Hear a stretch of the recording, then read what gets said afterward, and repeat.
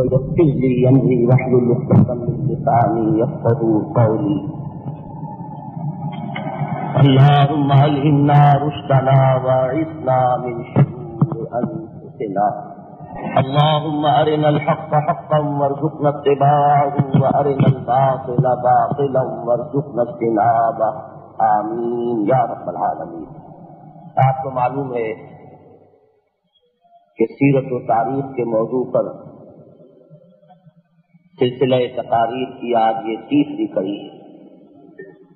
پچھلے 2 دنوں میں ہم نے منصب رسالت اور اس کا اصل مقصد اور تکمیل رسالت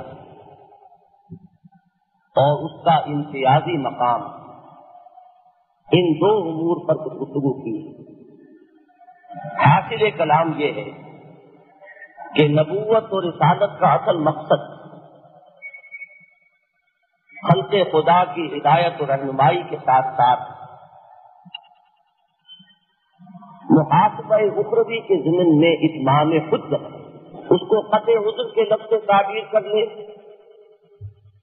یا اتمام حجت کے لفظ سے لئلا یکون للناس علی اللہ حجت بعد الرسل.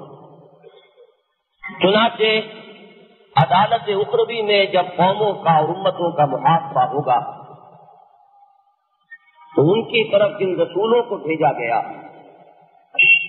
سب سے پہلے وہ گواہی دیں گے کہ اللہ تیری ہدایت و رہنمائی اور تیرا پیغام جو ہم تک پہنچا تھا ہم نے بلا کم و کاف ان تک پہنچا دیا، قولاً بھی پہنچا دیا اور عمل. یہی وہ گواہی ہے جس کی وجہ سے رسولوں کے لیے یہ لفظ قرآن مجید میں بکثرت استعمال ہوا. وہ شاہد ہوں گے، شہید ہوں گے. انا ارسلناک شاہدا ومبشرا ونذیرا وداعیا الی اللہ باذنہ وسراجا منیرا. نبی اکرم صلی اللہ علیہ وسلم پر نبوت ختم بھی ہوئی اور نبوت و رسالت اتمام اور تکمیل کو بھی پہنچ گئے. اس اتمام نبوت اور تکمیل رسالت کے 2 مظہر بہت اہم ہیں. ایک یہ کہ نوع انسانی شعوری اعتبار سے، عقلی اعتبار سے ایسے سکولیت سے نکل کر اپنے بلوغ کو پہنچ گئی اور گویا اس قابل ہو گئی کہ ایک ابدی ہدایت نامہ اور مکمل ہدایت نامہ اس کو دے دیا گیا. دوسرے یہ کہ چونکہ اس دور کا آغاز ہو رہا تھا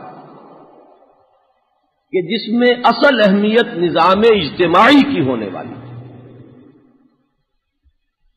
لہذا ہدایت خداوندی اب صرف انفرادی اخلاق و کردار کے اعتبار سے نہیں بلکہ ایک مکمل اجتماعی نظام زندگی کی صورت میں سامنے آئی، جس میں انسانی زندگی کے تمام پہلوؤں سے انصاف کیا گیا. کوئی قدر بھی اس میں پامال نہ ہو، مجروح نہ ہو. مساوات آزادی یا حریت کی کوسٹ پر نہ ہو اور حریت یا آزادی کا نتیجہ یہ نہ نکلے کہ نوع انسانی ہیوز اور ہیو ناٹس میں تقسیم ہو کر رہ جائے، کہ کسی طرح تو ارتکاز دولت ہو جائے اور کوئی اپنی بنیادی ضروریات تک سے محروم. ایک ایسا متوازن نظام عدل و قسط اب نوع انسانی کی سب سے بڑی ضرورت ہے. لہذا نبی اکرم صلی اللہ علیہ وسلم کو یہی 2 چیزیں دے کر بھیجا گیا، الہدا قرآن مجید اور دوسرے دین حق، مکمل نظام زندگی کا. اور آپ کا فرض منصبی یہ قرار پایا کہ ایک طرف تو قرآن کی تبلیغ کا حق ادا کر دے،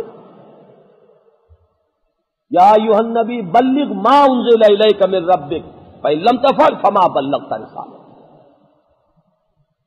اور دوسری طرف اس نظام حق کو، دین حق کو، نظام عدل اجتماعی کو، نظام عدل و قسط کو بالفعل قائم کر کے دکھا دے، تاکہ نوع انسانی کے سامنے اس کا ایک نمونہ دیا جائے، وہ صرف نظری سطح پر پیش نہ کیا جائے بلکہ اس کو قائم کر کے چلا کر دکھا دیا جائے۔ یہ گویا کہ اس دور کے اعتبار سے اصل اتمام حجت ہے، جس کے ضمن میں حضور کا فرض منصبی یہ قرار پایا لِیُظْہِرَہُ عَلَى الدِّینِ کُلِّہ۔ اور اس کے بارے میں نے جو کل آخری بات عرض کی تھی، جس پر کل کی گفتگو ختم ہوئی، کہ اس پہلو سے نبی اکرم صلی اللہ علیہ وسلم کی 23 سالہ جد و جہد ایک مکمل انقلابی جد و جہد، اس میں دعوت بھی ہے، تبلیغ بھی ہے، تربیت بھی ہے، تزکیہ بھی ہے، تعمیر اخلاق بھی ہے، تطہیر فکر بھی ہے، سب کچھ ہے۔ لیکن اس 23 سالہ جد و جہد کو اگر آپ اپنے سامنے رکھیں تو اس میں ایک مکمل انقلابی جد و جہد کا نقشہ بھی موجود ہے۔ میں نے مغربی مفکرین میں سے 2 کا ذکر کیا تھا، اپنے اسی سلسلہ تقاریر میں مجھے ایک اور موضوع پر آگے چل کر گفتگو کرنی ہے کہ دور حاضر میں ایک احیائی عمل کا آغاز ہو چکا ہے بحمداللہ، ایک بیداری ہے، ایک حرکت ہے عروج کی طرف۔ ابھی یہ تو نہیں کہا جا سکتا کہ اس کے کامیابی کے مراحل تک پہنچنے میں کتنا وقت درکار ہوگا، لیکن مشاہدہ کیا جائے تو معلوم ہوتا ہے ایک اپورڈ موومنٹ شروع ہو چکی ہے۔ وہ جو مولانا حالی نے کہا تھا کہ مانے نہ کبھی کہ مد ہے ہر جزر کے بعد دریا کا ہمارے جو اترنا دیکھے، وہ بات اب نہیں ہے، دریا اب مد کی طرف آ رہا۔ اس کا ایک مظہر یہ بھی ہے کہ اس دور میں اب مسلمانوں کو، اسلام کو، اسلامی ثقافت کو، ان تمام چیزوں کو سمجھنے کی واقعتاً سنجیدہ کوشش ہو رہی ہے۔ اب تک یورپ نے مسلمانوں کو یا اسلام کو سرے سے کوئی اہمیت ہی نہیں دی تھی، لا یوبا بہی، استہزاء ہوتا تھا، تمسخر ہوتا تھا، کبھی سیریسلی مسلمانوں کو لیا ہی نہیں گیا۔ اب وہ بات نہیں ہے، اس کے اسباب بہت سے ہیں۔ مثلا ان لوگوں کے نقطہ نگاہ سے تو یہ سبب بھی بہت بڑا ہے کہ اس وقت روح ارضی کا سرمایہ جو ہے جتنا مسلمانوں کے ہاتھ میں مرتکز ہو گیا ہے، اس حد تک کہ واقعہ یہ ہے کہ اربوں کا سرمایہ جو مغربی ممالک کے بینکوں میں ہے، اس کا ادھر سے ادھر ہونا بڑی بڑی حکومتوں اور بڑی بڑی مملکتوں اور سلطنتوں کی معیشت کو تہو بالا کر سکتا ہے۔ بہرحال اس کے بہت سے اسباب ہیں، لیکن اس کا ایک مظہر یہ بھی ہے کہ اب نبی اکرم صلی اللہ علیہ وسلم کی سیرت بھی ایک بہتر کانٹیکسٹ میں سمجھی جا رہی ہے۔ چنانچہ حال ہی میں ایک کتاب جو شائع ہوئی ہے امریکہ میں، دی 100 بڑے انسان نسل انسانی کے، کل تاریخ انسانی کی عظیم ترین 100 شخصیتیں، مسٹر ہارٹ ہیں کوئی، اور ابھی حال ہی میں آپ میں سے بہت سے حضرات نے دیکھا ہوگا نیوز ویک میں یا ٹائمز میں اس پر پورے ایک صفحے کا تبصرہ ہے۔ تو ان 100 بڑے انسانوں میں اس مصنف نے سر فہرست رکھا ہے نبی اکرم صلی اللہ علیہ وسلم۔ تسلیم کر لیا گیا کہ نسل انسانی کی عظیم ترین شخصیت محمد ہے صلی اللہ علیہ وسلم، اور وہ خود تو اپنی جگہ پر کوئی سند نہیں ہے وہ شخص، لیکن بات اس نے بڑی وزنی کہی ہے ذہانت اور فطانت کی غمازی کر رہی ہے. اس نے یہ مانا ہے اور اپنے اس انتخاب کی دلیل یہ دی ہے. ان کے نزدیک انسانی زندگی کے دو دائرے، مذہبی دائرہ اور سیکولر دائرہ، سیاست، مملکت، تہذیب، تمدن، یہ اور ہے، مذہب اور ہے. تو اس نے یہ کہا ہے کہ واحد شخصیت ہے محمد نسل انسانی کی صلی اللہ علیہ وسلم، جو مساوی طور پر کامیاب ہے زندگی کے ان دونوں دائروں میں،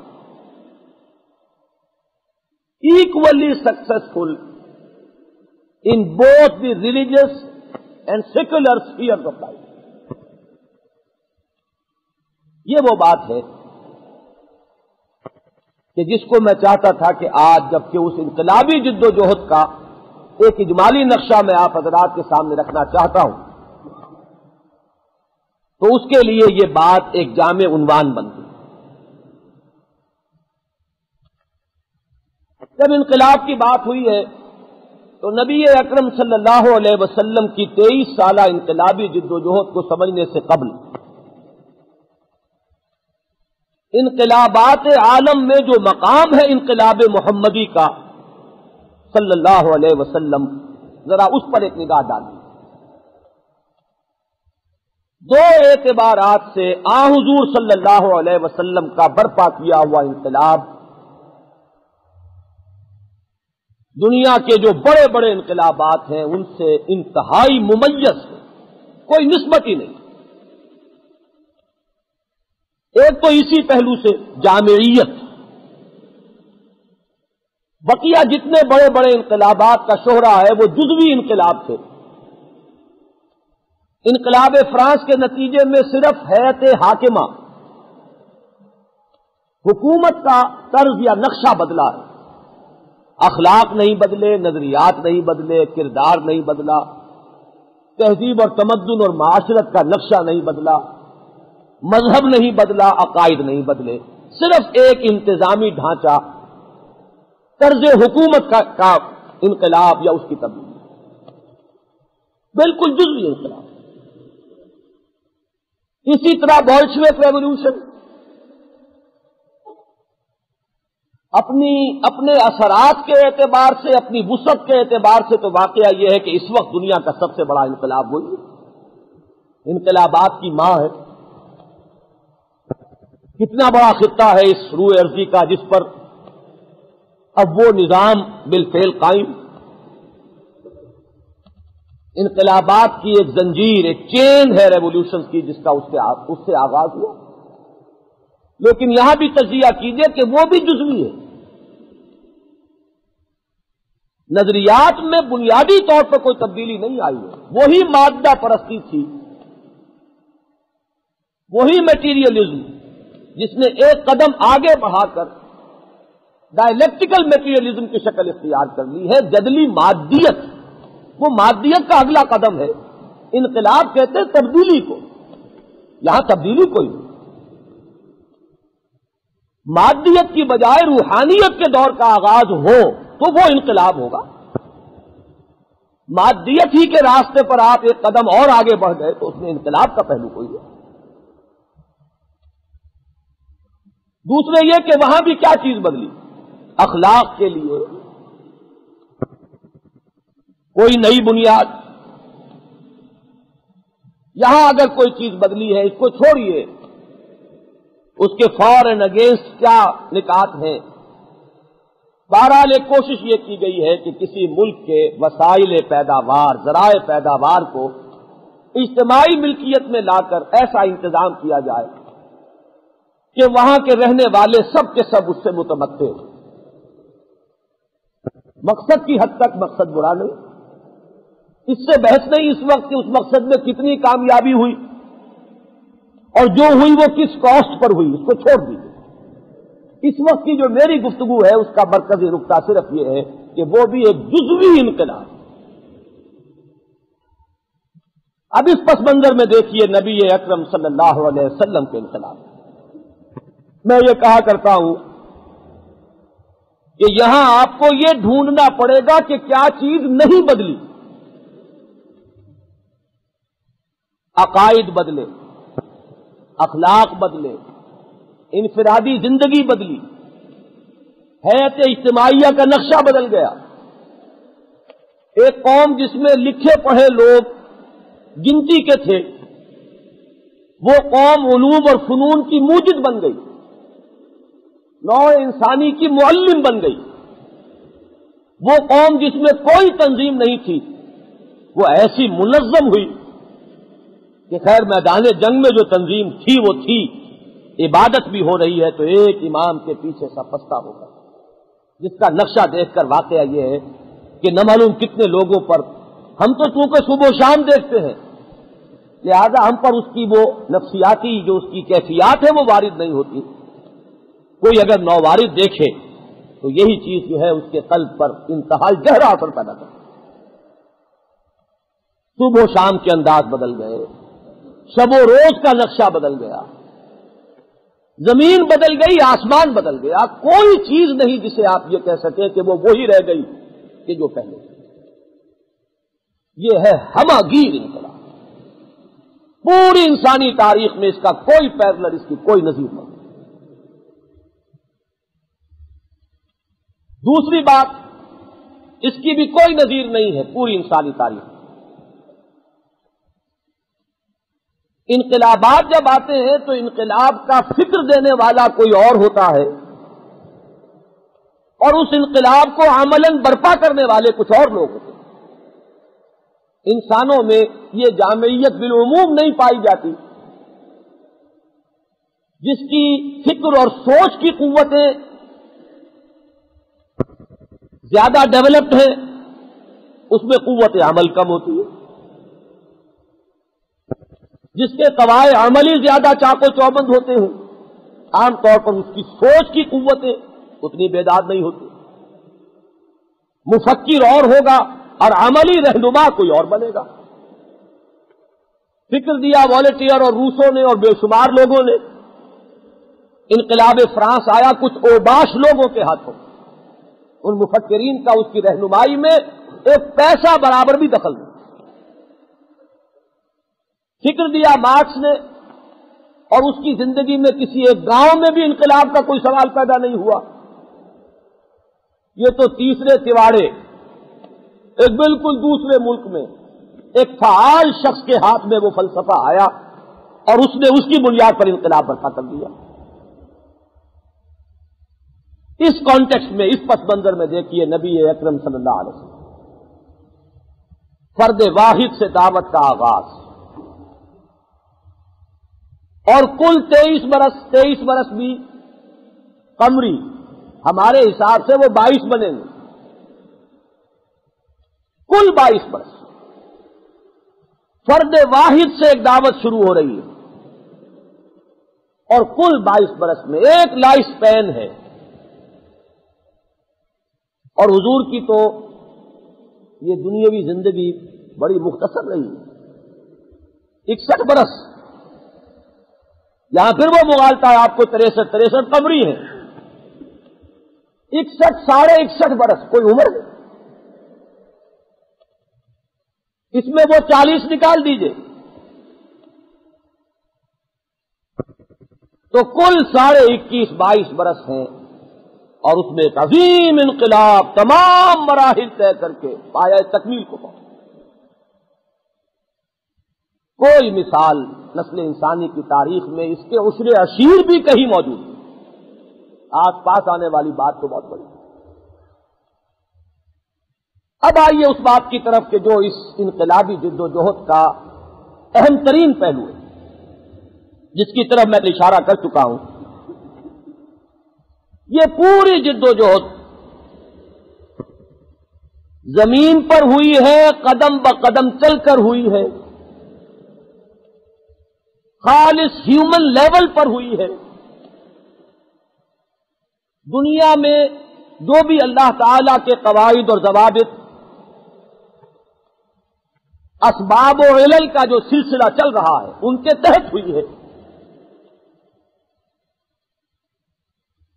اور اس کو یوں سمجھیے کہ یہ در حقیقت یہ بھی اتمام حجت کا ایک پہلو ہے.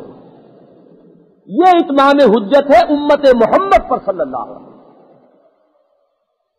وہ نظام قائم کر کے دکھا دینا یہ اتمام حجت ہے پوری نوع انسانی پر، اور اس کو اس طریقے پر کر کے دکھانا کہ جو ایک عام انسانی جد و جہد کی سطح ہے اس پر کر کے دکھانا، تمام مشکلات اور موانع کے علی رغم کر کے دکھانا، ابتدائی دور میں ناکامیوں کا طرح طرح سے سامنا کر کے دکھانا، مصائب اور مشکلات کو جھیل کر کے دکھانا، یہ در حقیقت حجت ہے مجھ پر اور آپ پر. اگر یہ بات نہ ہوتی تو ہم یہ کہہ سکتے تھے کہ نبی اکرم صلی اللہ علیہ وسلم نے تو یہ کام کر دیا، آپ کو تو یہ خصوصیات حاصل تھی اللہ تعالی کی طرف سے، آپ کے تو پاؤں میں کانٹا بھی نہیں چبھا، آپ کی تو نخسیر تک نہیں پھوٹی، آپ کے لیے تو کہیں کوئی دقت اور مشکل آئی ہی نہیں. ہمارا معاملہ اور ہے، درمیانے قارے دریا تختہ بندم کر دئی، بازمی گوئی کے دامن کر مکن ہوشیار باش. ہم سے یہ مطالبہ کیسے کیا جا سکتا ہے کہ ہم بھی اللہ کے دین کو قائم کریں جس طرح کہ محمد الرسول اللہ صلی اللہ علیہ وسلم نے قائم کیا.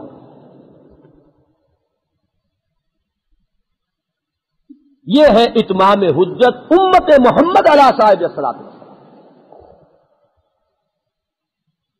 اب ذرا اس 22 سالہ انقلابی جد و جہد کا ایک برڈز آئی ویو، ہمارا حال حضور سے دوری اور بعد کا یہ ہے، اس کے تمام تر دعووں کے باوجود کہ اگر آپ سیلف اسیسمنٹ کریں اپنی کہ کتنا تعلق ہے حضور سے، تو اس کے لیے ایک بڑا آسان سا پیمانہ یہ ہے کہ ذرا ذہن میں یہ سوچئے کہ اس 23 سالہ یا 22 سالہ جد و جہد کے 22 واقعات بھی آپ کو معلوم ہے تو معلوم ہوگا کہ بڑا بودھ ہے، بڑی دوری. جلسے ہوتے ہیں، میلاد کی محفلیں ہوتی ہیں، جلوس نکلتے ہیں، اور اب تو انٹرنیشنل کانفرنسز ہوتی ہیں سیرت پر، سرکاری سطح پر سیمینارز ہوتے ہیں، لیکن یہ کہ یہ پہلو سامنے نہیں آیا. آغاز چشم تصور سے دیکھیے، اللہ کا ایک بندہ جو اپنی ذاتی سیرت و کردار کے اعتبار سے انسانیت کی معراج پر فائز ہے صلی اللہ علیہ وسلم. ایک وقت آیا ہے 40 برس کی عمر ہوئی ہے لگ بھگ، اب تک جو زندگی بسر کی ہے وہ ایک بھرپور انسانی زندگی ہے، کہیں کسی خانقاہ میں بسر نہیں کی ہے، کہیں کسی پہاڑ کی کھو میں نہیں رہے 40.5 برس، بھرپور زندگی. کاروبار کیا ہے، اعلیٰ ترین سطح پر کاروبار کیا ہے،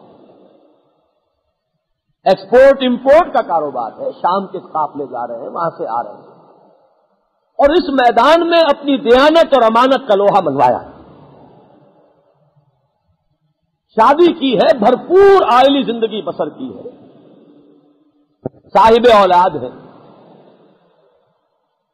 لیکن یہ 40 برس کی عمر کے آس پاس جب وقت آیا ہے تو طبیعت میں ایک دم خلوت پسندی کا غلبہ ہو.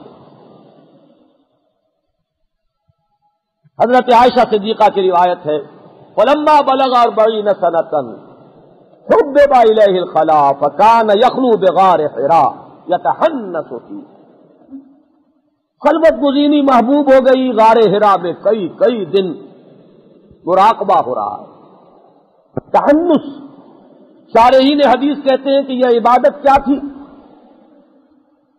کان صفت و تعبد ہی فی غار حرا تفکر والاعتبار، غور و فکر، سوچ بچار. سورہ شورى میں نقشہ کھینچا گیا، وَكَذَلِكَ أَوْحَيْنَا إِلَيْكَ رُوحًا مِّنْ أَمْرِنَا مَا كُنْتَ تَدْرِي مَا الْكِتَابُ وَلَا الْإِيمَانُ وَلَكِنْ جَعَلْنَاهُ نُورًا نَهْدِي بِهِ مَن نَّشَاءُ مِنْ عِبَادِنَا۔ اے نبی، آپ کو معلوم نہ تھا کتاب کسے کہتے ہیں؟ آپ تو امی تھے، کسی سابقہ آسمانی کتاب سے آپ کا کوئی ربط و تعلق نہیں تھا، کسی آسمانی شریعت سے آپ واقف نہ تھے۔ ایمان اجمالاً تو نبی کو پیدائشی طور پر حاصل ہوتا ہے، لیکن تفصیلاً ایمان کیا ہے یہ بھی آپ کو معلوم نہیں۔ ہم نے پردے اٹھائے، وَوَجَدَكَ ضَالًّا فَهَدَىٰ، وہی کا آغاز ہوا، اقرأ بسم ربک الذی خلق، خلق الانسان من علق، اقرأ وربک الاکرم الذی علم بالقلم، علم الانسان ما لم یعلم۔ اس کے بعد متعدد روایات سے معلوم ہوتا ہے کہ ایک وقت گزرا ہے جس میں حضور کی تعلیم ہوئی ہے، اگرچہ اس کی ہمیں تفصیلات نہیں ملتی۔ بعض جگہ سے معلوم ہوتا ہے کہ حضرت اسرافیل مسلسل حضور کے ساتھ رہے ہیں۔ آپ کی تعلیم ہوئی ہے، وہ تعلیم ہماری سطح کی تعلیم نہیں ہے، یہ الف بیٹے والی تعلیم نہیں ہے، وہ تعلیم ہوئی ضرور ہے، علمہ شدید القوا۔ اور اس کے بعد وہی آئی، یا ایھا المدثر قم فانذر وربک فکبر۔ اے لحاف میں لپٹ کر لیٹنے والے صلی اللہ علیہ وسلم، اب کمر بستہ ہو جاؤ، کھڑے ہو جاؤ، اپنی عملی جد و جہد کا آغاز کر دو۔ اور اس کے لیے دو الفاظ ذرا اچھی طرح نوٹ کر لیجئے، قم فانذر، خبردار کیجئے، آگاہ کیجئے لوگوں کو، غفلت کے نتائج سے آگاہ کیجئے، خدا سے دوری کا جو انجام ہونے والا ہے اس سے خبردار کیجئے، آخرت کی منزل جو ہر شخص کے لیے آ کر رہنی ہے اس سے متنبہ کیجئے۔ قم فانذر وربک فکبر، اور اپنے رب کو بڑا کیجئے، اپنے رب کی بڑائی بیان کیجئے، لفظی ترجمہ نہیں ہے اس کا۔ تصغیر کے معنی کسی کو چھوٹا کر دینا، تکبیر کے معنی کسی کو بڑا کر دینا۔ رب کو بڑا کرو، کس معنی میں؟ رب کی بڑائی مانی جائے، اپنی جگہ وہ بڑا ہے، لیکن یہاں تو نہ معلوم کون کون ہے کہ جو اس کی بڑائی کو چیلنج کر رہے ہیں۔ ہماری مرضی چلے گی اس کی نہیں، ہماری پسند سے معاملہ طے ہوگا۔ ہم نہیں جانتے کہ رب کو کیا پسند ہے اور کیا ناپسند ہے، حکومت ہماری ہے، ہم نہیں جانتے کہ رب کون ہے۔ وما رب العالمین، جس طرح فرعون نے تنزن پوچھا تھا یہ کون ہوتے ہیں رب العالمین، حضرت موسیٰ علیہ السلام کی دعوت کے جواب میں، تو بالفعل تو پوری دنیا گویا کہ رب العالمین کو بھولے ہوئے ہیں یا اس کا انکار کیے ہوئے ہیں، اپنی خدائی کی دعوے دار، نفس ماں ہم کم طرف فرعون نیز لیکن اوراون ایراون نیز۔ اس صورتحال کو بدل کر اپنے رب کو بڑا کیجئے، اس کی بڑائی منوائیے، اور حضرت مسیح کا جو قول میں نے آپ کو سنایا تھا کہ اے اللہ تیری مرضی جیسے آسمان پر پوری ہوتی ہے ویسے ہی زمین پر پوری، یہ ہے تکبیر رب۔ بقول علامہ اقبال، یا وسعت افلاک میں تکبیر مسلسل، یا خاک کی آغوش میں تسبیح و مناجات، وہ مسلک مردان خداگاہ خدا مست، یہ مذہب ملا و جمادات و نباتات۔ تکبیر رب،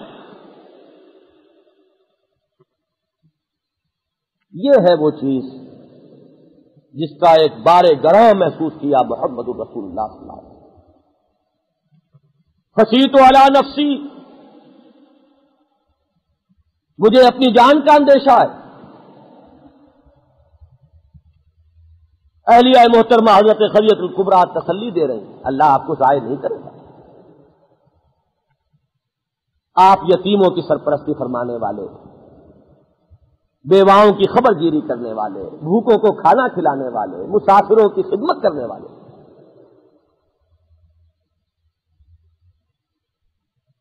تقریباً 3 برس تک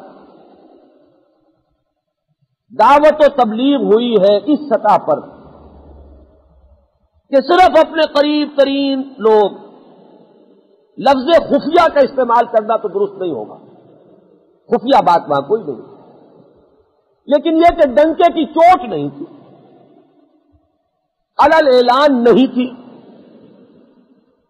پرسنل کانٹیکٹ سے، ذاتی تعلقات سے دعوت اندر ہی اندر پھیل گئی.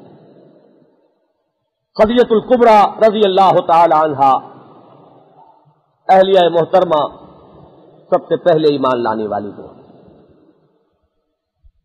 قریب ترین دوست، جگری دوست حضرت ابوبکر صدیق وہ ایمان لیا. اپنی ہی زیر تربیت، زیر کفالت چچا زاد بھائی حضرت علی ایمان لیا. اپنے غلام حضرت زید ابن حارثہ ایمان لے آئے. یہ 4 ہے پہلے.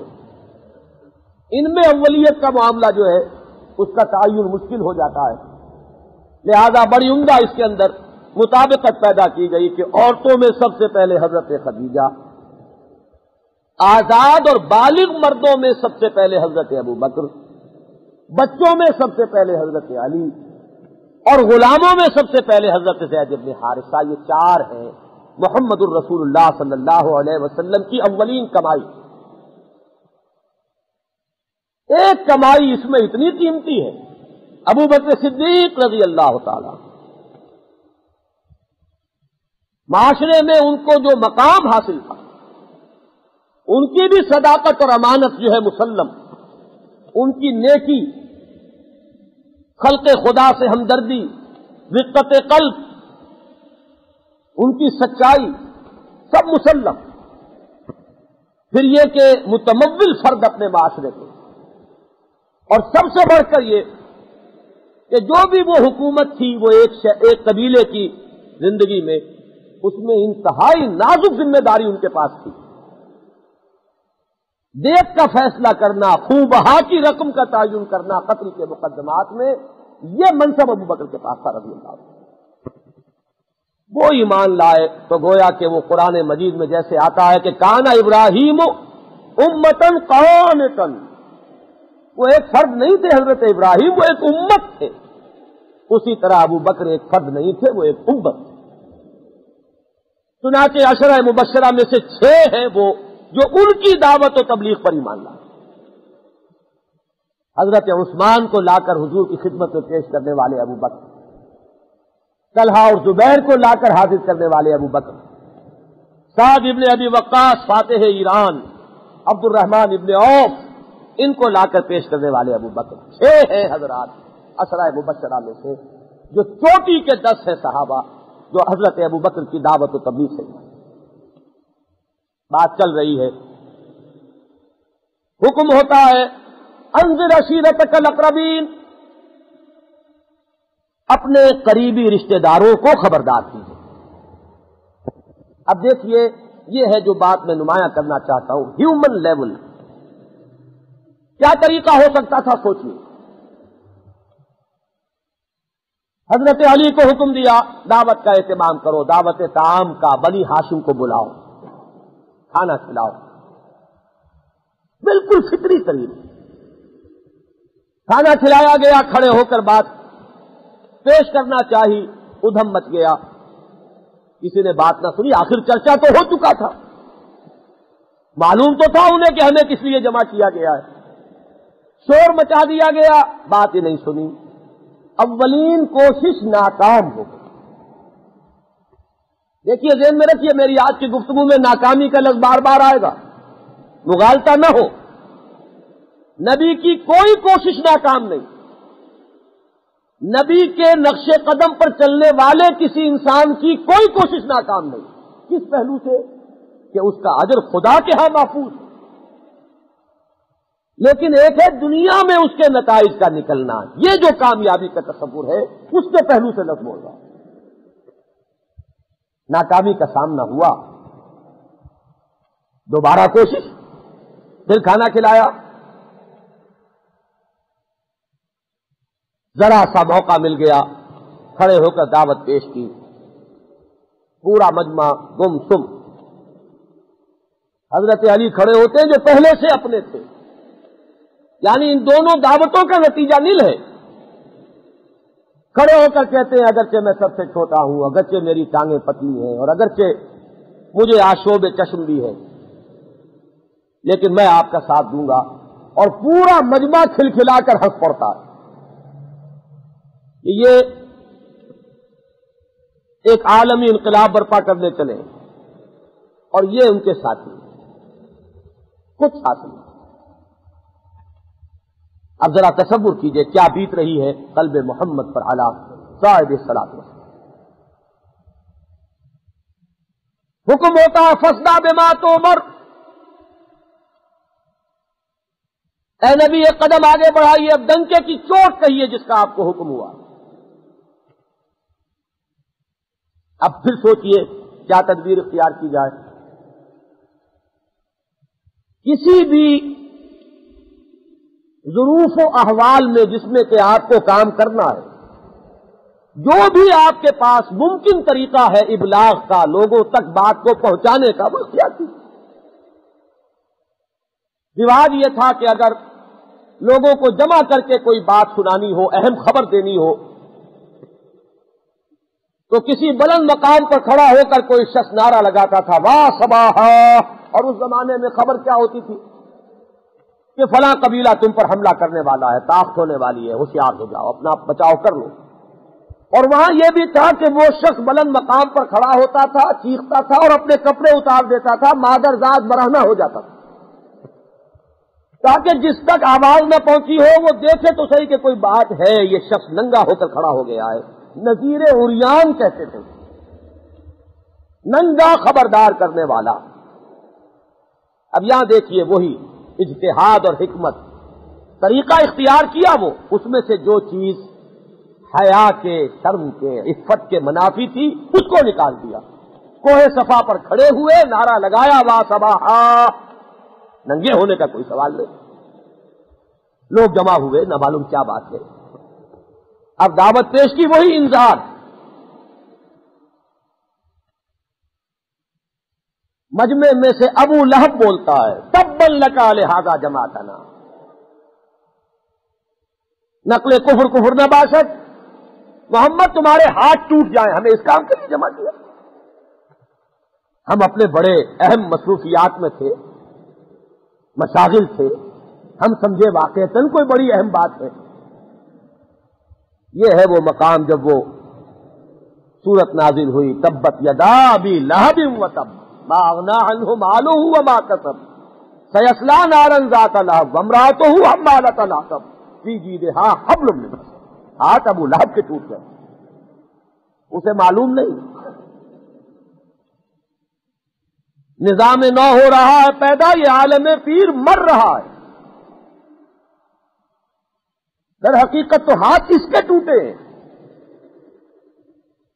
لیکن بہرحال وہ تو ابھی پردہ غیب میں ہے۔ اس وقت تو صورت یہ ہے کہ اس دعوت عام کا بھی کوئی نتیجہ نہیں، ناکامیوں پر ناکامیاں۔ یہاں کبھی پڑھیے آخری پارے کی اور 29ویں پارے کی صورتیں، کیوں آتا ہے بار بار اے نبی صبر کیجئے، فاصبر وما صبرک الا باللہ، صبر کیجئے، جھیلیے، ہمت جواب نہ دے، مایوسی یا نا امیدی جو ہے وہ پاس نہ پھٹکنے پائے۔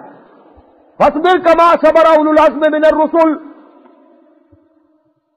وہ سورہ مدثر کے بھی وہ 7 ابتدائی آیات میں آخری بات صبر ہے۔ یا ایھا المدثر قم فانذر وربک فکبر وثیابک فطہر والرجز فاہجر ولا تمنن تستکثر ولربک فاصبر۔ وَاصْبِرْ عَلَىٰ مَا يَقُولُونَ وَاهْجُرْهُمْ هَجْرًا جَمِيلًا۔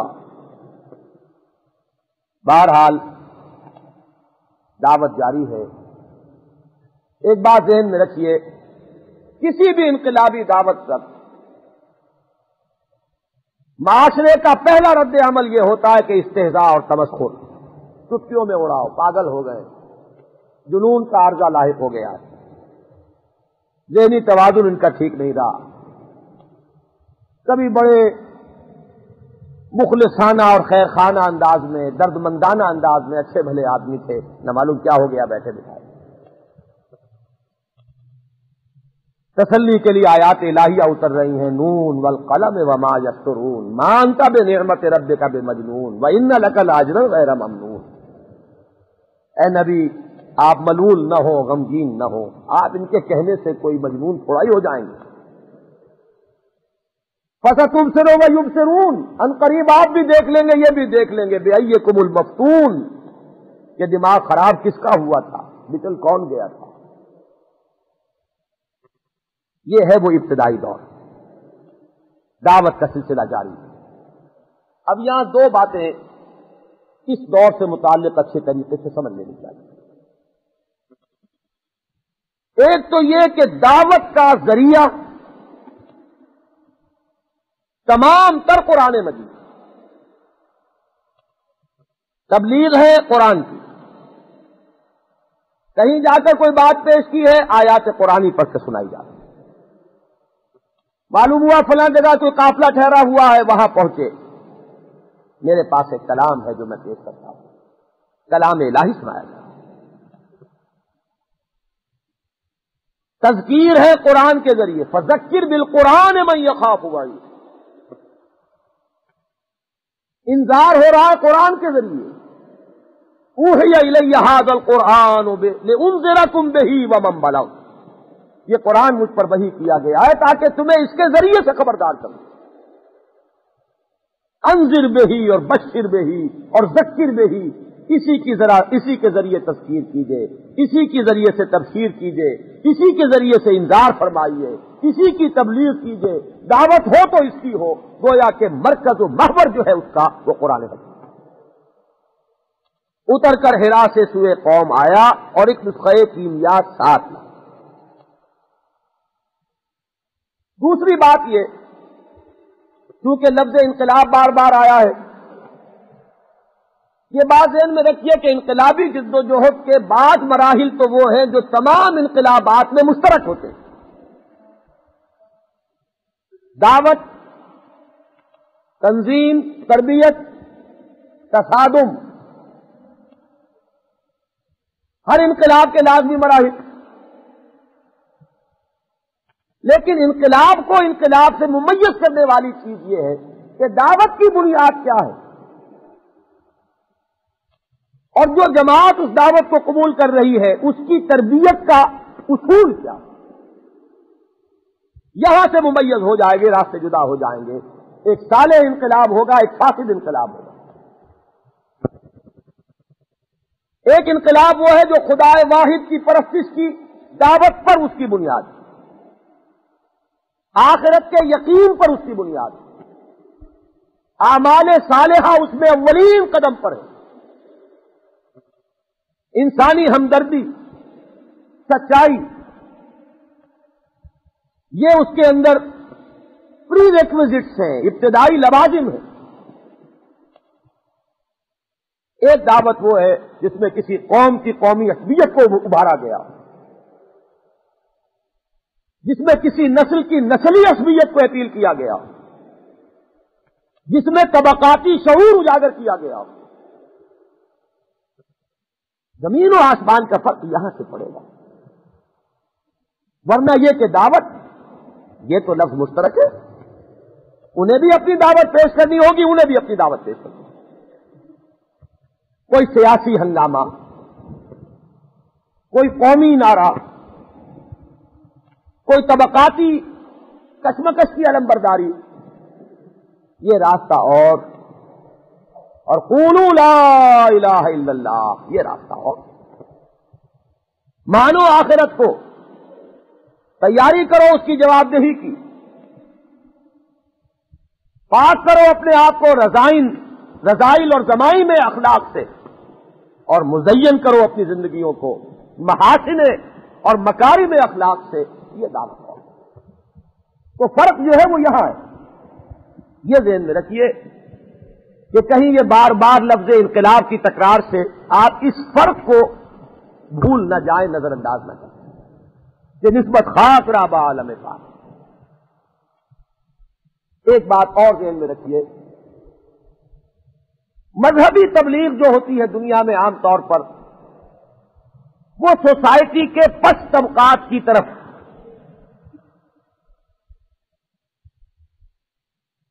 ان کی مظلومیت میں ذرا سی ہمدردی کا لبادہ اوڑھ کر ان کے سامنے آئیے اور ان کے نام بدلوا لیجیے. کوئی سابقہ لاحقہ نام میں لگا اور آپ نے رجسٹر میں درج کر لیا کہ ہم نے اتنے عیسائی بنا لیے. انقلابی دعوت جو ہے وہ ہمیشہ معاشرے کے جو سب سے اونچے طبقات ہیں ان سے خطاب کرتی ہے. ذہین ترین عنصر وہ عقلی بنیاد پر اپنی دعوت کو پیش کرتی ہے. ایک نظریہ اور ایک فلسفہ ہے اور اس کو قبول کرنے والے ظاہر بات ہے کہ معاشرے کے اعلیٰ ترین طبقہ ہے. چنانچہ دیکھیے ابھی میں نے نام گنوائے، یہ اس سوسائٹی کا مکھن تھے.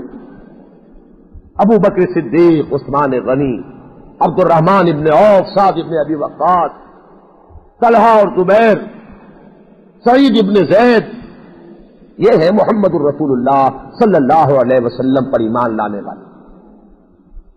اگرچہ یہ بھی اپنی جگہ ایک حقیقت ہے کہ انقلابی دعوت کو قبول کرنے میں دو طبقات اور بھی ہوتے ہیں جو پیش قدمی کرتے ہیں. اعلیٰ ترین طبقات میں سے تو جو بالکل بہت ہی صالح طبیعت کے لوگ ہوں گے وہ آئیں گے، اس لیے کہ ان کے پاؤں میں مفادات کی بیڑیاں پڑی ہوتی ہیں. قائل ہو جاتے ہیں کہ بات درست ہے، لیکن اپنی چودراہٹ، اپنا ویسٹڈ انٹرسٹ، اپنا رتبہ اور اپنا مقام اور مرتبہ، اپنی وجاہت، اس کو چھوڑنا آسان نہیں ہوتا. جو بہت ہی صالح مزاج کے لوگ ہوتے ہیں، سلیم الفطرت، وہ ان میں سے چھٹ کر آ جاتے ہیں، اور یہ ہے مکھن. اس کے بعد دو طبقات اور ہیں. ایک نوجوانوں کا طبقہ کہ جن میں ابھی وہ مصلحت کوشی اور مصلحت بینی جو ہے وہ ان پر مسلط نہیں ہوئی ہوتی، ولولہ ہوتا ہے. بات قبول کی اور اس کے لیے ہر بعد آباد مجدھار میں چھلانگ لگانے کے لیے تیار ہو گئے. اور دوسرا وہ طبقہ جو دبا ہوا اور پسا ہوا ہو، اس لیے کہ اس کو کوئی بندھن نہیں، اس کے پاؤں میں کوئی بیڑی نہیں، وہ دعوت حق کو اس کی فیس ویلیو پر قبول کرتا ہے. چنانچہ ابتدا میں آپ دیکھیں گے یہی تین طبقات ہیں جو حضور پر صلی اللہ علیہ وسلم ایمان میں پیش قدمی کرتے. یا تو چوٹی کا طبقہ ہے جس کے میں نے نام گنوائے آپ کو، لیکن یہ چند ہیں، اگرچہ ان میں سے ایک ایک جو ہے وہ ایک ایک لاکھ کے برابر. یا پھر نوجوان ہے بالکل، اور یا پھر وہ طبقہ جو انتہائی دبا ہوا، پسا ہوا، مظلوم و مقہور، جس کا کوئی حق اس معاشرے میں نہیں تھا، یعنی غلاموں کا طبقہ. بلال ایمان لائے، ابو فقی ایمان لائے، خباب بن الارت ایمان لائے، لونڈیاں ایمان لا رہی ہیں، ال یاسر ایمان لے آئے. اور اسی سے سمجھ لیجئے کہ اس فاسد نظام کی اب ریٹیلیشن شروع ہوتی ہے، اس کا رد عمل. جب وہ یہ نظام دیکھتا ہے کہ ہمارے استہزاء اور تمسخر سے اور چٹکیوں میں اڑانے سے تو بات ختم نہیں ہوئی، یہ دعوت تو پیش قدمی کر رہی ہے، آگے بڑھ رہی ہے، تو ہمیشہ دوسرا جو حربہ ہوتا ہے وہ تشدد کا ہوتا ہے، پرسیکیوشن. انہیں مارو، انہیں ستاؤ. اور اس میں ظاہر بات ہے کہ سب سے زیادہ پسنے والے یا غلام اور یا نوجوان. کوئی خباب بن الارت ہے رضی اللہ تعالی عنہ کہ دہکتے ہوئے انگارے زمین پر بچھا دیے گئے اور ننگی پیٹھ ان کو لٹا دیا. باز آؤ. کوئی بلال ہے رضی اللہ تعالی عنہ کہ تپتی ہوئی سنگلاخ زمین پر پیٹھ کے بل لٹا کر اور سینے کے اوپر بھی ایک بھاری سل رکھی گئی، اور سورج، مکے کا سورج جس کو نہار پر ہے، یا کبھی گلے میں رسی ڈال دی گئی ہے اور اوباش نوجوانوں کے حوالے کر دیا گیا کہ ذرا ان کو اوندے منہ گھسی کو ان پتھروں، اور ان کی زبان سے نکل رہا ہے احد احد۔ کوئی ابو جہل برچھا لیے کھڑا ہے، اور حضرت سمیہ رضی اللہ تعالی عنہا کے عین کہتے ہوئے شرم آ رہی ہے، عین شرم گاہ میں برچھا مار، پہلی شہید، پہلا خون راہ حق میں حضرت سمیہ رضی اللہ تعالی۔ حضرت یاسر کے والد، حضرت یاسر حضرت عمار کے والد، 4 سانڈ جوان اونٹ مضبوط رسے ان کے ساتھ باندھے ہوئے، ایک رسے سے ایک بازو، دوسرے سے دوسرا بازو، تیسرے سے ایک ٹانگ، چوتھے سے دوسری ٹانگ، اور چاروں کو ایک دم دوڑایا گیا کہ جسم کے پر۔ یہ ہے بہیمانہ تشدد جو ہو رہا ہے۔ نبی اکرم صلی اللہ علیہ وسلم کے قلب مبارک پر کیا بیتتی ہوگی؟ وہ پیغام ربانی جو آپ کو ملتا تھا فاصبر، وہی آپ اپنے جانثاروں اور ساتھیوں میں بانٹتے پھر رہے ہیں۔ اصبروا یا آل یاسر، اصبروا یا آل یاسر، سامنے سے گزر رہے ہیں، دیکھ رہے ہیں کہ ابو جہل کیا کر رہا ہے، ہاتھ نہیں پکڑ سکتے، اور سوائے اس کے کہ ہے یاسر کے گھر والوں صبر کرو اور کھیلو، فإن موعدکم الجنہ، اس لیے کہ اللہ تعالیٰ کا تم سے وعدہ جنت کا ہے۔ پھر یہ نہیں کہ خود یہ جو اعلیٰ طبقات کے لوگ ہیں ان میں سے بالخصوص نوجوانوں پر تشدد ہوا۔ حضرت عثمان رضی اللہ تعالیٰ عنہ نوجوان، انہیں ان کے چچا نے ایک چٹائی میں لپیٹا اور دھواں دے دیا۔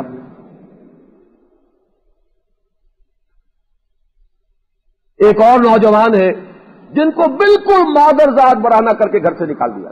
تم نے اگر اپنے آبائی دین کو چھوڑا ہے تو ماں باپ کی کسی چیز پر تمہارا کوئی حق نہیں۔ انہوں نے سب کچھ تج دیا، ٹھیک ہے میں سب چھوڑتا ہوں جاتا ہوں، آخری بات کہی گئی یہ کپڑے بھی انہی کے ہیں، ان کو بھی اتارو،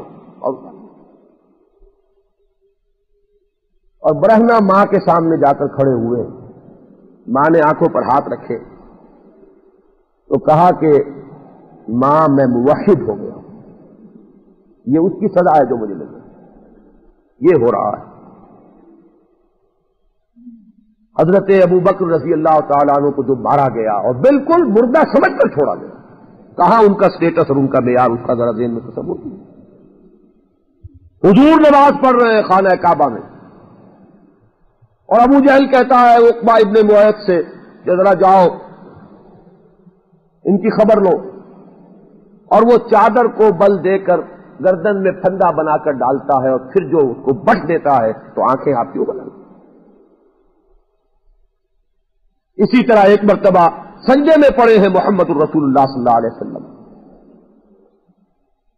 وہی عقبہ ابن ابی معیط ابو جہل ہی کے کہنے پر جاتا ہے کہ فلاں محلے میں اونٹ ذبح ہوا، اس کی اوجڑی پڑی ہوئی ہے، وہ لا کر اور ان کے کاندھے پر رکھ دو، اور رکھ دی گئی، جس کی بوجھ کی وجہ سے سر نہیں اٹھا پا رہے۔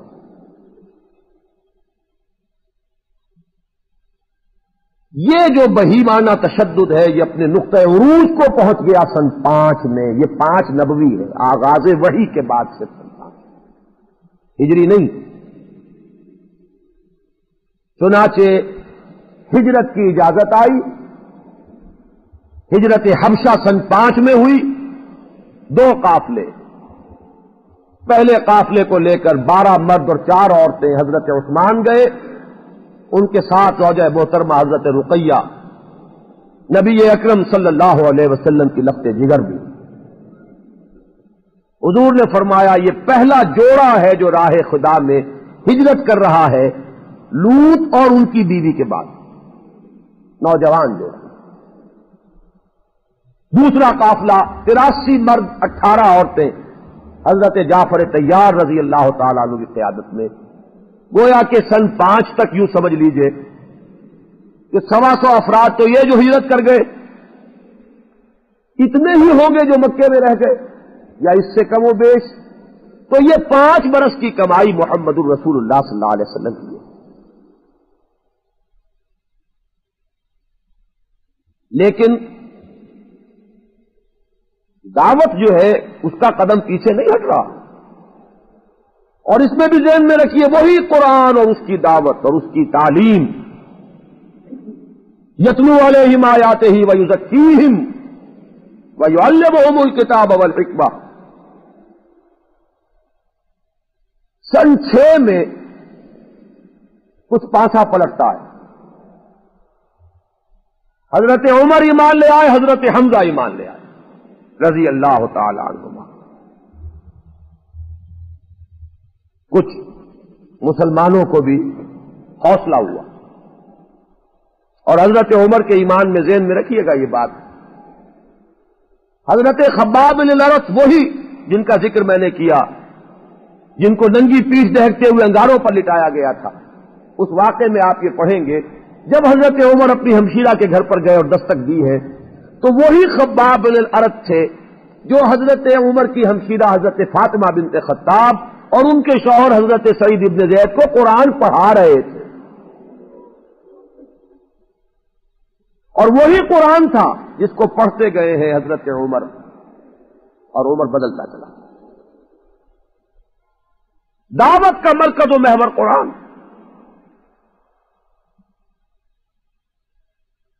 میری کل اور پر اس سے پہلے کی 2 تقریریں اور یہ بات کہ اصل اساسی منہاج انقلاب کیا ہے. اب میں نے اگرچہ اپنی امکانی حد تک کوشش کی ہے, لیکن بہت سے نکات رہ گئے.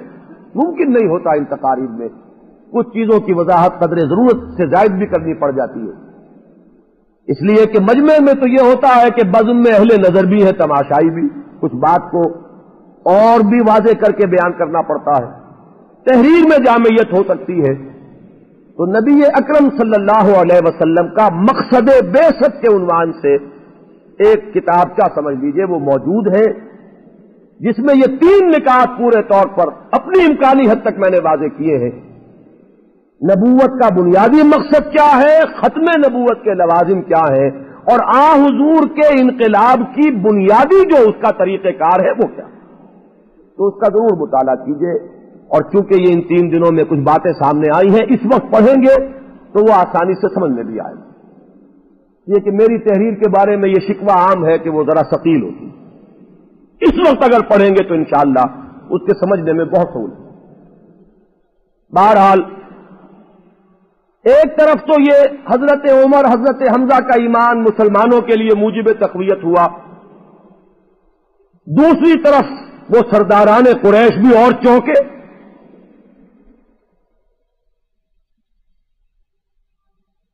کہ یہ مشت خاک جو ہے یہ تو ایک بہت بڑا طوفان بن رہا. لہذا یہ وہ وقت ہے کہ ایک طرح کا الٹیمیٹم دیا گیا ابو طالب کو. قبائلی زندگی تھی, ذہن میں رکھیے. یہ کوئی علیحدہ ایک خاص معاملہ نہیں ہے ابو طالب کا جو ہوا ہے اس وقت حضور کے ساتھ. یہ قبائلی نظام تھا. ان کے ہاں شرافت کی بنیاد یہ تھی کہ اپنے قبیلے کے فرد کا ساتھ نہیں چھوڑنا, اور یہ شرافت بہرحال اس کا ثبوت دیا ابو طالب نے, اس کا انکار نہیں. بنی ہاشم کی سیادت اب ابو طالب کے پاس, اور قریش حضور پر کوئی وار کرنے سے اس لیے ڈرتے تھے کہ یہ قبائلی جنگ چھڑ جائے گی, بنی ہاشم کے ساتھ ایک جنگ شروع ہو جائے گی. بنی ہاشم کے چشم و چراغ محمد صلی اللہ علیہ وسلم. لہذا الٹیمیٹم گیا کہ بس ہمارے صبر کا اب پیمانہ لبریز ہو گیا.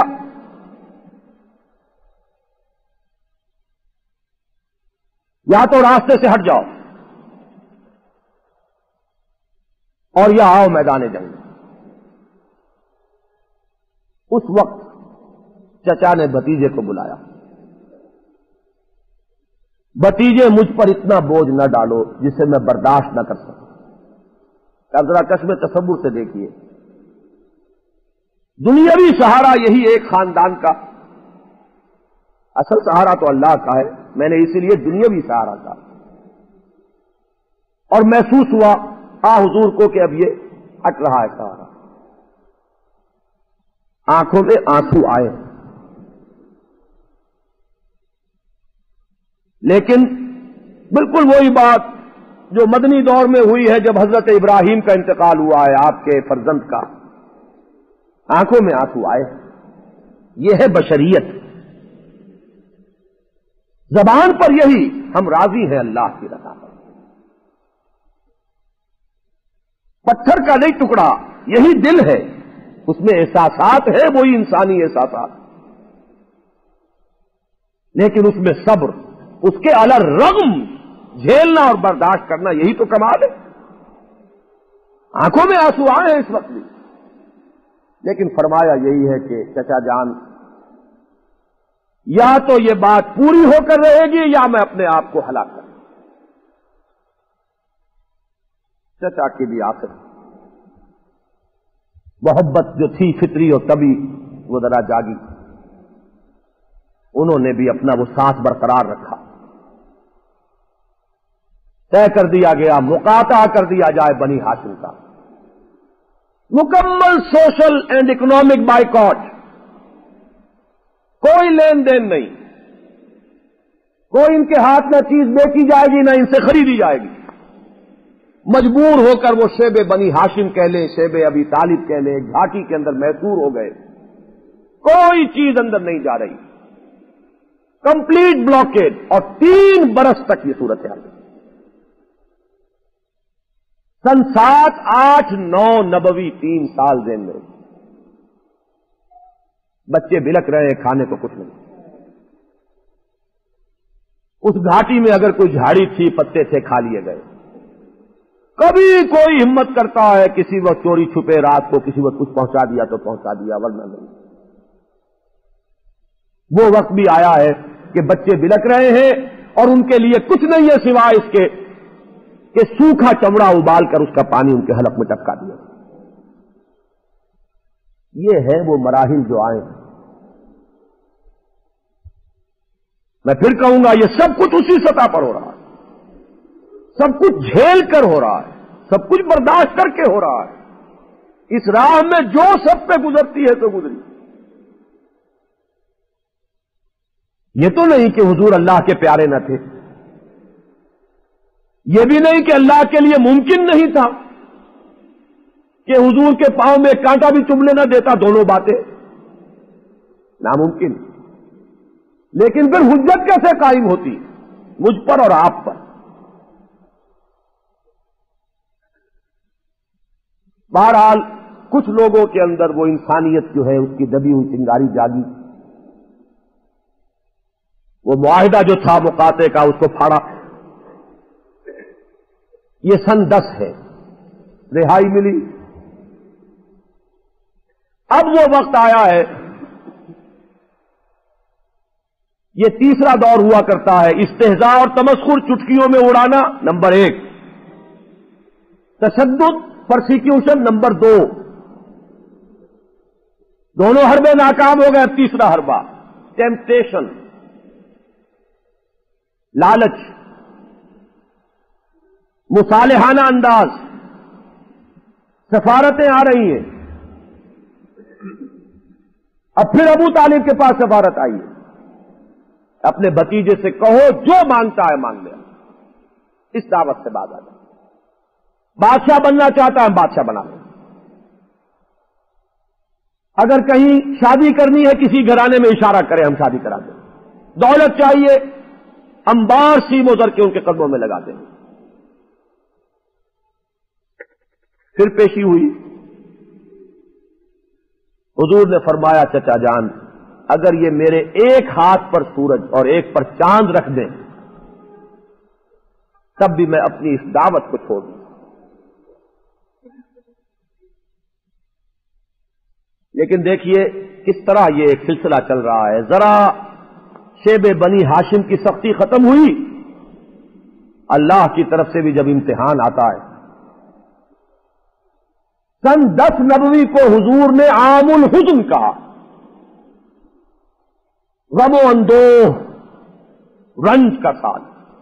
ابو طالب کا بھی انتقال، قضیۃ الکبریٰ کا بھی انتقال. گھر کے اندر کا رفیق، ہمت بندھانے والا ساتھی، دلجوئی کرنے والی رفیقہ حیات. ادھر خاندانی اور قبائلی سطح پر پشت پناہ ایک شخصیت، ایک ہی سال میں دونوں۔ اچھا، قریش کا، ان کے سرداروں کا حوصلہ جوان ہو رہا ہے، راستہ کھل گیا، دارالندوا میں بیٹھ کر مشورے ہو رہے، قتل کے منصوبے بن رہے ہیں، قصہ چکا دیا جائے۔ اب حضور بھی حالات کے تیور کو دیکھ رہے،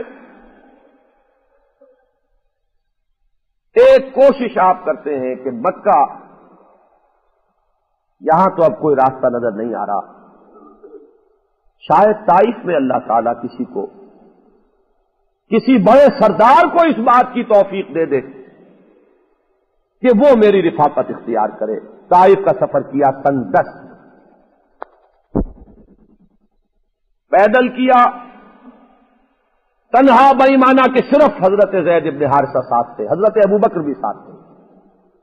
یہ وہ سفر ہے کہ جس میں وہ سائے کی طرح ساتھ رہنے والا ابوبکر صدیق رضی اللہ تعالیٰ عنہ وہ بھی ساتھ تھے۔ عام راستہ چھوڑ دیا، اندیشہ تھا کہ قتل کر دیے جائیں، بڑا دشوار گزار راستہ پہاڑی اختیار کیا،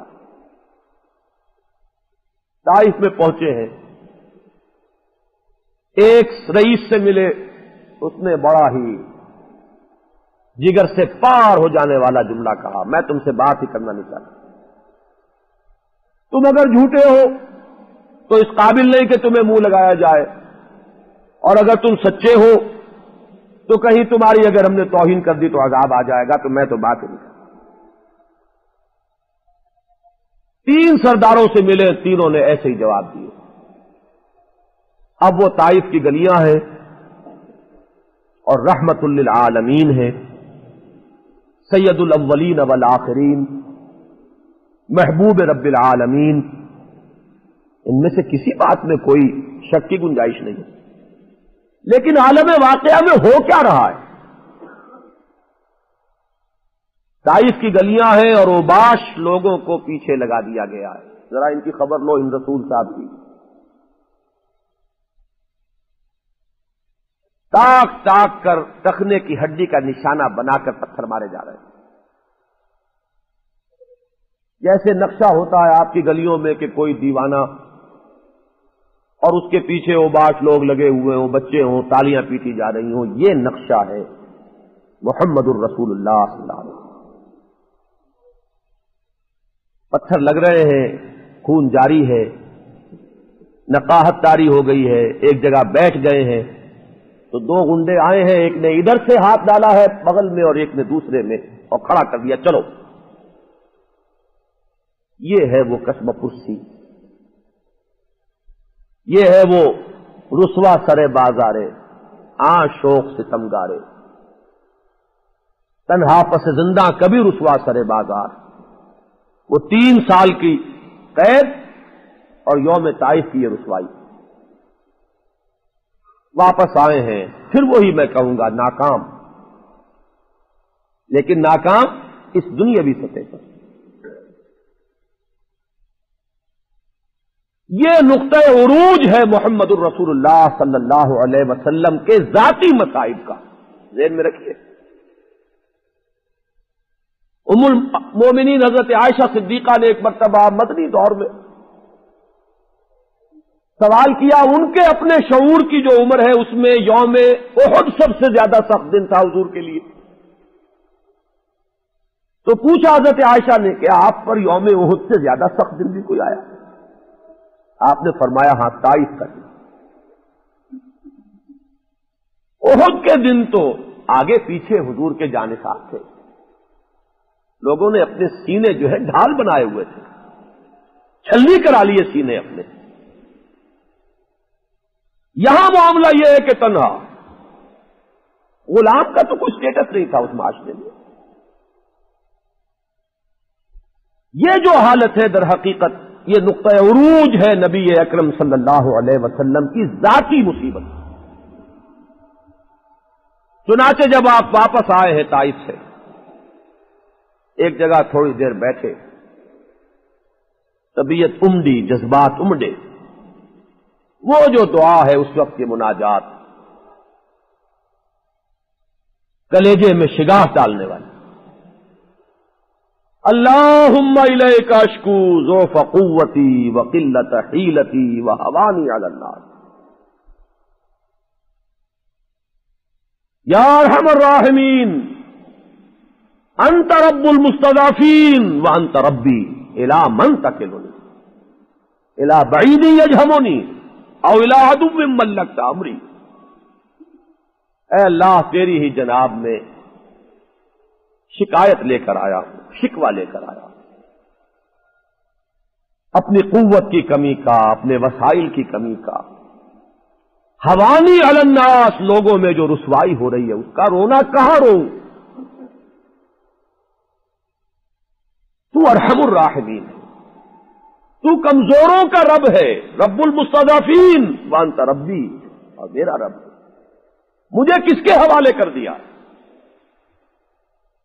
مجھے دشمن کے حوالے کر دیا ہے کہ جس طرح چاہے ستائے؟ کیا میرا معاملہ دشمن کے حوالے کر دیا ہے کہ جو چاہے کر گزرے؟ لیکن پھر ذرا رنگ بدلتا ہے اس دعا کا، ذرا دیکھیے، اعوذ بنور وجهک الذی اشرقت له الظلمات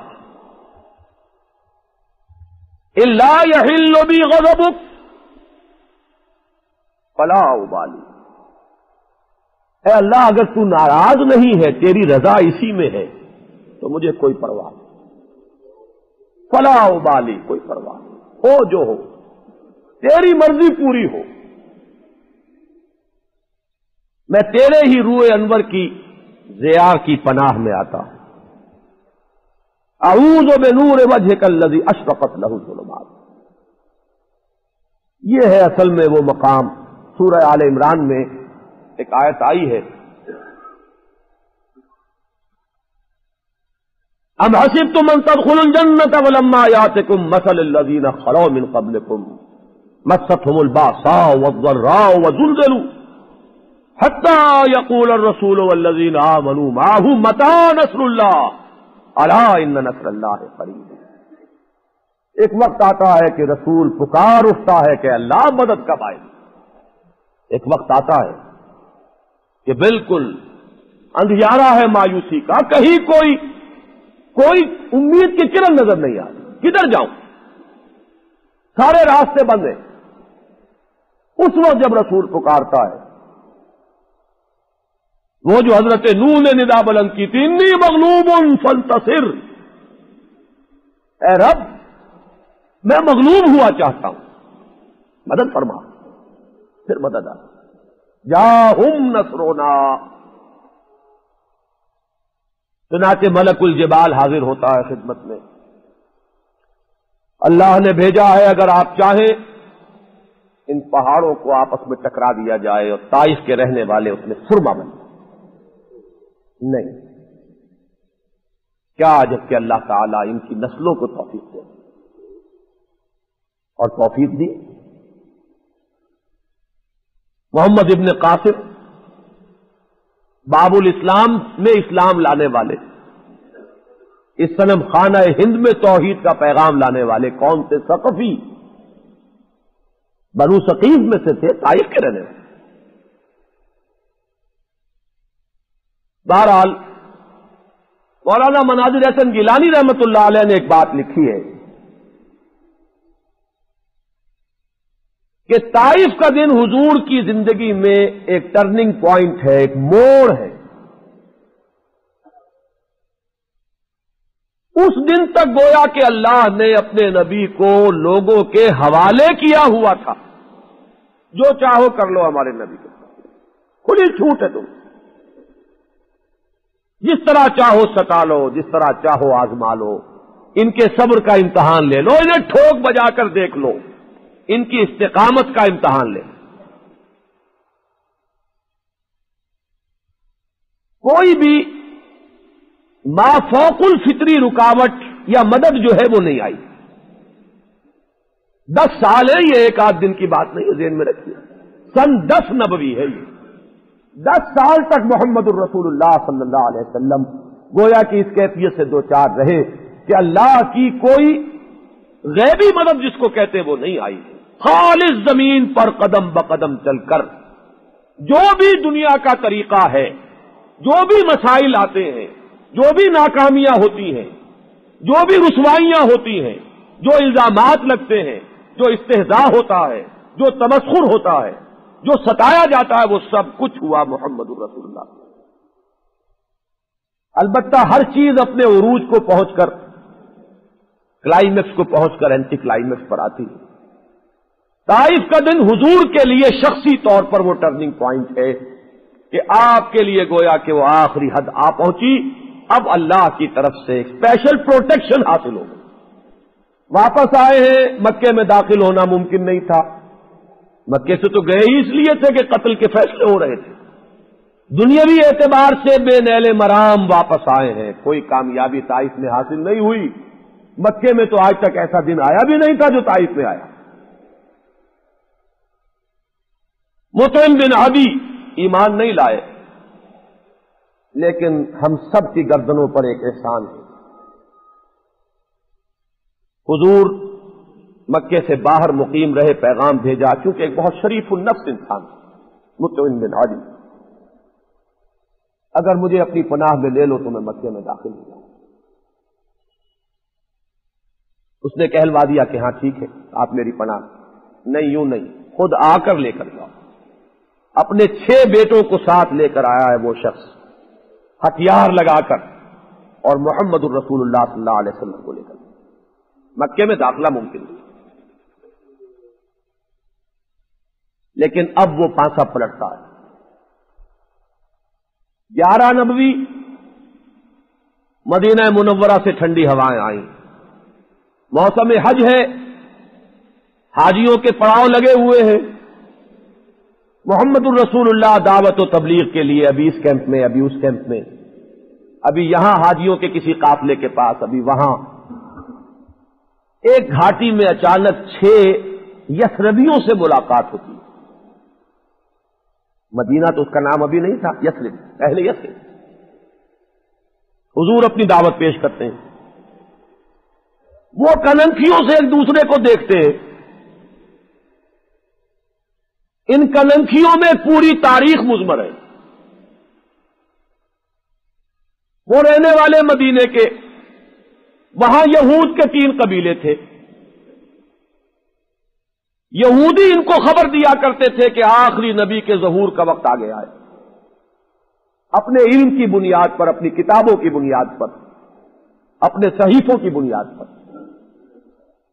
اور دھمکایا کرتے تھے کہ اب تو تم ہمیں دبا لیتے ہو، تم ہم پر غالب آ جاتے ہو، وہ بنیے کے انداز میں کہ اب کے مار کے دیکھ۔ وہ انداز جو ہے، اس وقت تو ہم دبے ہوئے ہیں، کوئی بات نہیں، آخری نبی کے ظہور کا وقت قریب ہے، جب اس کے ساتھ ہو کر ہم تمہارے ساتھ جہاد کریں گے تو تم ہم پر غالب نہیں آؤ گے، ہم غالب ہو جائیں گے۔ انہوں نے دیکھا کہ معلوم ہوتا ہے یہ وہی نبی ہے، جلدی کرو ایمان لے آؤ، مبادا یہود سبقت کر جائیں۔ ذرا سوچئے، یہود کا علم فائدہ دے رہا ہے ان کو، اور یہود کے لیے وہ حجاب بن گیا۔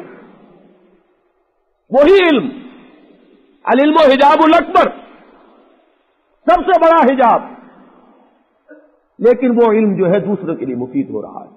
6 آدمی ایمان لیا، کھڑکی کھل گئی، وہ جو بند تھا پورا ماحول کہ راستہ کہیں نہیں نکل رہا۔ یہاں یہ نقطہ ذہن نشین کر لیں کہ یہ خالص خدائی تدبیر ہے، اس میں کسی کے اپنے تدبیر کو کوئی دخل نہیں۔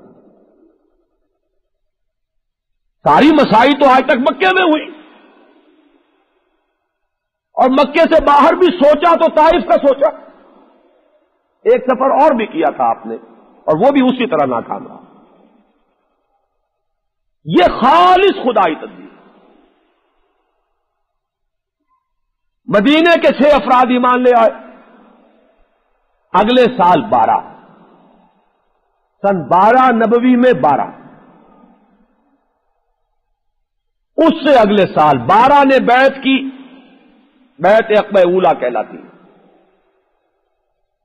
اور درخواست کی کہ ہمارے ساتھ اب کوئی ایسا آدمی کیجیے جو ہمیں قرآن پڑھائے. پھر نوٹ کر لیجیے، دعوت کی بنیاد قرآن، تبلیغ کی بنیاد قرآن، تربیت و تعلیم کی بنیاد قرآن. یہ ہے وہ انفراسٹرکچر اس انقلاب کا. لوگ یہ صرف سپر اسٹرکچر کو دیکھتے، اصل مضبوطی وہ تو اس انفراسٹرکچر سے ہے. وہ بنیاد کیا ہے؟ اکبر الہ آبادی نے کہا اور خوب کہا ہے، خدا کے کام دیکھو بعد کیا ہے اور کیا پہلے. نظر آتا ہے مجھ کو بدر سے غار ہرا پہلے. تو اس کو پھیلائیے. اصل جڑ بنیاد کیا تھی؟ 12 آدمی ایمان لائے، بیعت عقبہ اولا ہوئی. کہا کہ ہمیں کوئی ایک شخص دیجئے جو قرآن پڑھائے، اور قرآن فال بنا میں من دیوانہ زدن. حضرت مصعب بن عمیر رضی اللہ تعالی عنہ، یکے از ٹین ایجرز، نوجوان. کیسے نوجوان؟ بڑے ناز و نام میں پلے ہوئے نوجوان. 200 درہم کا جوڑا جو شام سے تیار ہو کر آتا تھا. عطر کی پوری شیشیاں اڈیل کر نکلتے تھے تو مکے کی گلیوں میں لوگ دیکھتے تھے کون جا رہا ہے. انتہائی خوش پوش، خوش شکل، خوش مذاق، خوش لباس نوجوان ایمان لے آئے تھے. جس طرح خباب بن الارت قرآن کی تعلیم دے رہے ہیں، حضرت مصعب کو ساتھ کر دیا گیا اور مدینہ منورہ میں وہی تعلیم قرآن. اور ذہن میں رکھیے ان کا نام پڑ گیا تھا مدینے میں المقری، پڑھانے والا. جا المقری، وہ آ گئے پڑھانے والے، قرآن کے پڑھانے والے.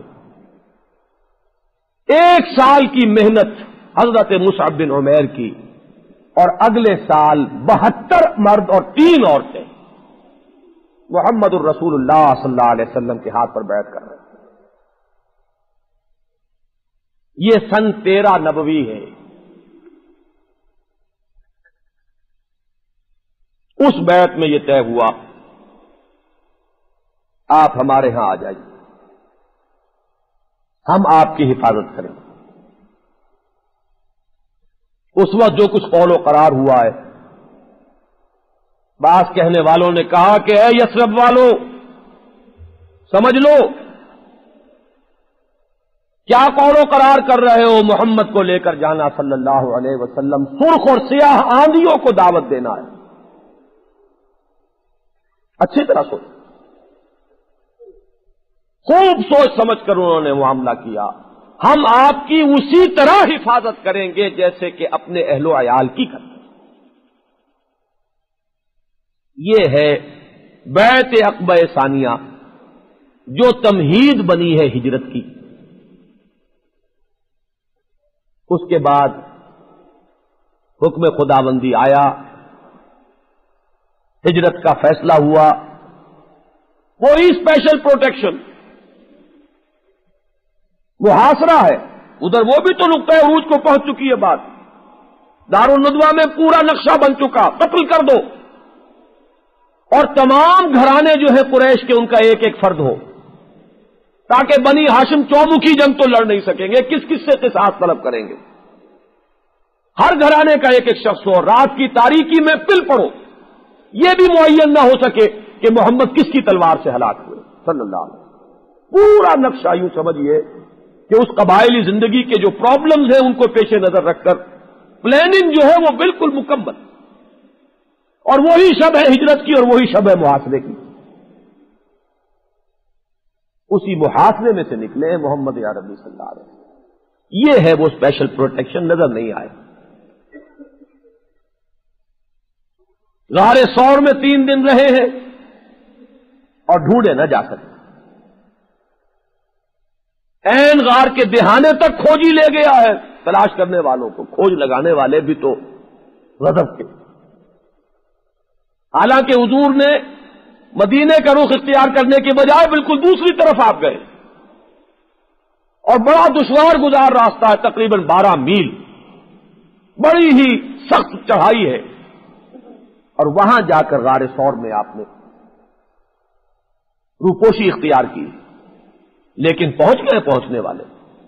لیکن یہ کہ اللہ کی قدرت. حضرت ابو بکر بھی ایک دفعہ گھبرائے کہ حضور اگر ان میں سے کسی نے غیر ارادی طور پر بھی اپنے قدموں کی طرف نگاہ ڈال لی تو پکڑے جائیں. یہاں وہ ہے یقین نبوت. کلا، وہ جو حضرت موسیٰ نے کہا تھا کلا ان معی ربی سیہدین، نہیں نہیں، میرے ساتھ میرا رب ہے، وہ راستہ نکال دے گا. لا تحزن ان اللہ معنا، بالکل نہ چنتا نہ کرو، تردد نہ کرو، اللہ ہمارے ساتھ. پھر وہاں سے 3 دن کے بعد نکلے ہیں، پھر بھی تعاقب ہے. 100 اونٹوں کا اعلان ہے، بہت بڑا اعلان ہے یہ جو انعام لگا ہے. محمد کو زندہ پکڑ لاؤ یا ان کا سر لے آؤ، 100 اونٹ لے لو. سراقہ نے دوڑ لگائی ہے، پہنچ بھی گیا ہے، لیکن عین جب قریب پہنچتا ہے اس کے گھوڑے کے پاؤں دھس جاتے ہیں زمین میں. پھر توبہ کرتا ہے، باز آتا ہے، لیکن پھر وہ لالچ نظر آ رہا ہے، پھر دوڑ لگاتا ہے، 3 مرتبہ پاؤں دھسے. یہ ہے وہ اسپیشل پروٹیکشن. اسپیشل پروٹیکشن کا انکار نہیں ہے، تائید خداوندی کا انکار نہیں ہے، غیبی امداد کا انکار نہیں ہے. مسلمان ہوتے ہوئے کیسے کریں گے انکار؟ ناممکن ہے. لیکن اصل بات یہ سمجھنے کی ہے یہ غیبی تائید کب آتی ہے، یہ اللہ تعالی کی مدد کب آتی ہے؟ جبکہ انسان اپنے صبر سے، اپنے ثبات سے، اپنی محنت سے، اپنے استقلال سے ثابت کر دیتا ہے اپنے آپ کو کہ وہ اللہ کی مدد کا حقدار. 10 سال وہ سامنے رکھیے اور اس کے بعد یہ راستہ ہے جو کھلا ہے. کیسے کیسے امتحان اور کیسی کیسی آزمائشیں اور کیسی کیسی ناکامیاں. اللہم الیک اشکو ضعف قوتی وقلت حیلتی وہوانی علی الناس کی وہ دعا، جگر کو چھید جانے والی دعا اور مناجات. بہرحال حضور کی اس انقلابی جد و جہد کا یہ نصف ہے جو میں آج بیان کر سکا. میرے پیش نظر تھا کہ ایک ہی تقریر میں اس کو مکمل کروں، لیکن یہ کہ جو بات بھی آتی رہی میرے سامنے کوئی معین نقشہ نہیں تھا. جو بات سامنے آتی رہی اس کو میں بیان کرتا رہا.